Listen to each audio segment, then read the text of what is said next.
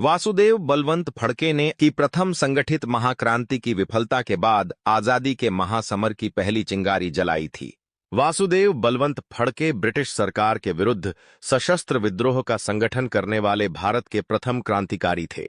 वासुदेव बलवंत फड़के का जन्म महाराष्ट्र के रायगढ़ जिले के शिरढोणे नामक गांव में हुआ था।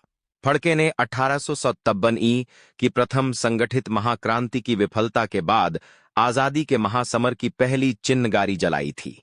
देश के लिए अपनी सेवाएं देते हुए फड़के अंग्रेजों द्वारा पकड़ लिए गए और आजन्म कारावास की सजा देकर इन्हें अदन भेज दिया गया। यहां पर फड़के को कड़ी शारीरिक यातनाएं दी गईं। इसी के फलस्वरूप तो इनकी मृत्यु हो गई। माता की मृत्यु में एक दिन सायंकाल वासुदेव बलवंत फड़के कुछ गंभीर विचार में बैठे थे। तभी उनकी माताजी की तीव्र अस्वस्थता का तार उनको मिला। इसमें लिखा था कि वासुदेव बलवंत फड़के, तुम शीघ्र ही घर आ जाओ, नहीं तो मां के दर्शन भी शायद न हो सकेंगे। इस वेदनापूर्ण तार को पढ़कर अतीत की स्मृतियां फड़के के मानस पटल पर आ गईं और तार लेकर वे अंग्रेज अधिकारी के पास अवकाश का प्रार्थना पत्र देने के लिए गए। किंतु अंग्रेज तो भारतीयों को अपमानित करने के लिए सतत प्रयासरत रहते थे। उस अंग्रेज अधिकारी ने अवकाश नहीं दिया, लेकिन वासुदेव बलवंत फड़के दूसरे दिन अपने गांव चले आए। गांव आने पर वासुदेव पर वज्राघात हुआ।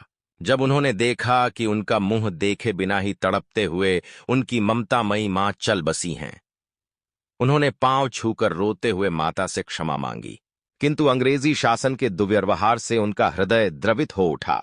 सेना का संगठन। इस घटना के वासुदेव फड़के ने नौकरी छोड़ दी और विदेशियों के विरुद्ध क्रांति की तैयारी करने लगे।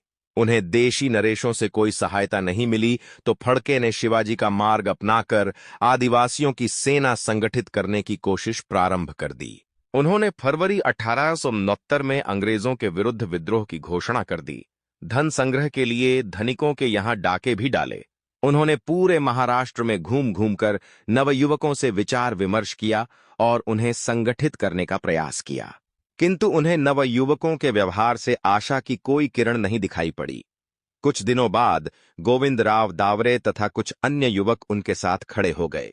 फिर भी कोई शक्तिशाली संगठन खड़ा होता नहीं दिखाई दिया। तब उन्होंने वनवासी जातियों की ओर नजर उठाई और सोचा, आखिर भगवान श्री राम ने भी तो वानरों और वनवासी समूहों को संगठित करके लंका पर विजय पाई थी। महाराणा प्रताप ने भी इन्हीं वनवासियों को ही संगठित करके अकबर को नाकों चने चबवा दिए थे।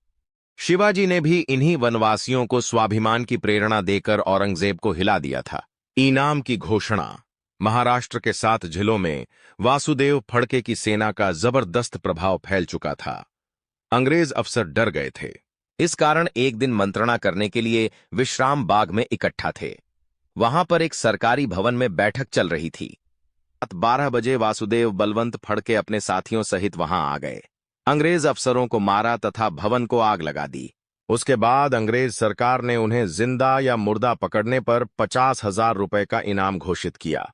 किंतु दूसरे ही दिन मुंबई नगर में वासुदेव के हस्ताक्षर से इश्तहार लगा दिए गए कि जो अंग्रेज अफसर रिचर्ड का सिर काट कर लाएगा उसे 75,000 रुपए का इनाम दिया जाएगा। अंग्रेज अफसर इससे और भी बौखला गए। गिरफ्तारी।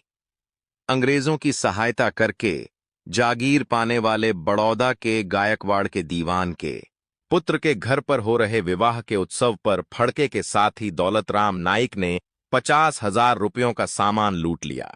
इस पर अंग्रेज सरकार फड़के के पीछे पड़ गई। वे बीमारी की हालत में एक मंदिर में विश्राम कर रहे थे। तभी 20 जुलाई 1869 को गिरफ्तार कर लिए गए। राजद्रोह का मुकदमा चला और आजन्म कालापानी की सजा देकर फड़के को अदन भेज दिया गया। निधन। अदन पहुंचने पर फड़के भाग निकले, किंतु वहां के मार्गों से परिचित न होने के कारण पकड़ लिए गए।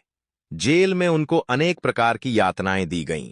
वहां उन्हें क्षय रोग भी हो गया और इस महान देशभक्त ने 17 फरवरी 1883 को अदन की जेल के अंदर ही प्राण त्याग दिए।